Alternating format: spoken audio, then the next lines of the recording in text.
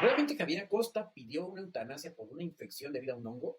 ¿Y es cierto que desarrolló cáncer por una osteomielitis? Bueno, es que es increíble la cantidad de desinformación que han transmitido los medios tradicionales de comunicación y no se diga los influencers, eso está todavía peor. Veamos lo que realmente sucedió y cómo supuestamente se infectó. Según los portales de noticias, incluyendo TV Azteca, National Geographic, Televisa, pero no, le encontraron un hongo y resulta que el hongo fue el hongo mortal, Candida auris. Por si no fuera suficiente, muchos portales aseguraron que después de que desarrolló una osteomielitis al haberse metido a la alberca y que le salió una ulcerita y que se hizo cada vez más grande y que nomás no pudieron hacer nada, él hizo una neoplasia, un cáncer. O sea, todo mal, pésimo, de verdad, qué vergüenza, National Geographic. Ojalá que escuches, no sé en qué momento te prostituiste. Digo, de TV Azteca pues, no exijo mucho, de Televisa menos, de Milenio, digo, ni siquiera los conozco. El asunto es que muchos de estos portales aseguraron que todo comenzó porque se metió a nadar y ahí contrajo el hongo. Y entonces una serie de catástrofes llevaron a este muchacho a decidir que lo mejor era suicidarse, pero como no tenía el suficiente vigor, entonces le pidió a los médicos que lo hicieran por él.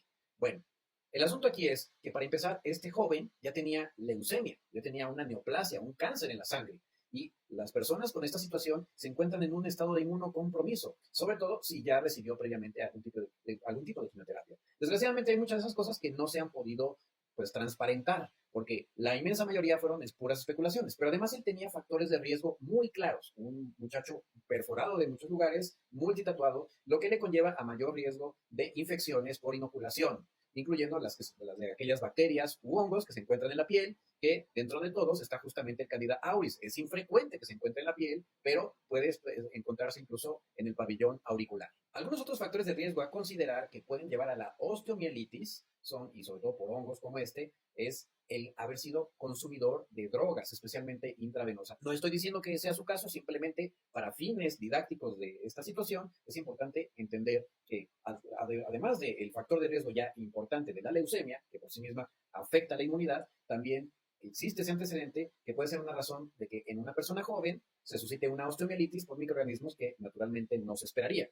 Pero en términos generales, la inmensa mayoría de seres humanos que entran en contacto con Candida auris no van a desarrollar absolutamente ninguna patología.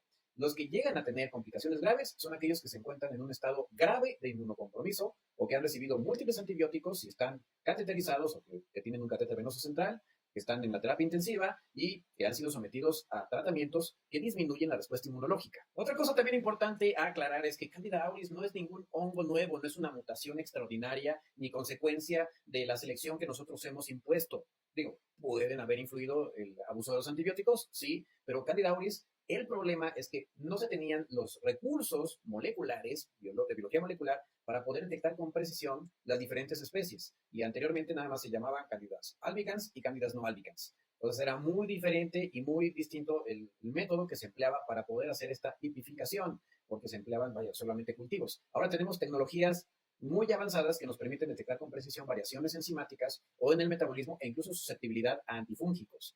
Pero de ahí en fuera, a que se trate de una especie de mutación o de invasión alienígena por hongos o alguna otra cosa de esas absurdas, nada que ver. Esto se salió completamente de proporción y de hecho desde el 96 ya se había aislado este microorganismo, sin embargo fue hasta el 2009 que se pudo tipificar gracias a estas tecnologías ahora disponibles. Así que no, si tú eres una persona que no tienes ningún estado de inmunocompromiso, puedes perfectamente meterte a nadar al mar o a la alberca y no te va a invadir un hongo brutal como te lo quieren poner, que es Candida auris.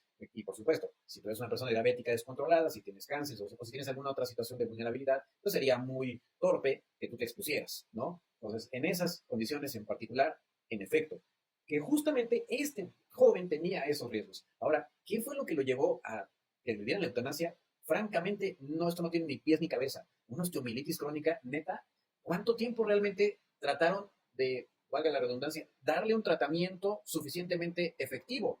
Le hicieron por lo menos algún análisis de sensibilidad a los antifúngicos. Ninguna de esas cosas en realidad están respondidas. Pero el asunto es, o sea, él se desahució porque se imaginó que su hija se iba a quedar a cuidarla por el resto de sus días y, claro, no aceptó la posibilidad de una amputación, ¿no? Que era posiblemente lo que le ofrecieron. Pero, jóvenes, es que ni siquiera se investigó ni se hizo un análisis multidisciplinario del caso y simplemente se llegó al catastrofismo, se perdió todo el sentido por algo que muy probablemente se pudo haber hecho mucho más.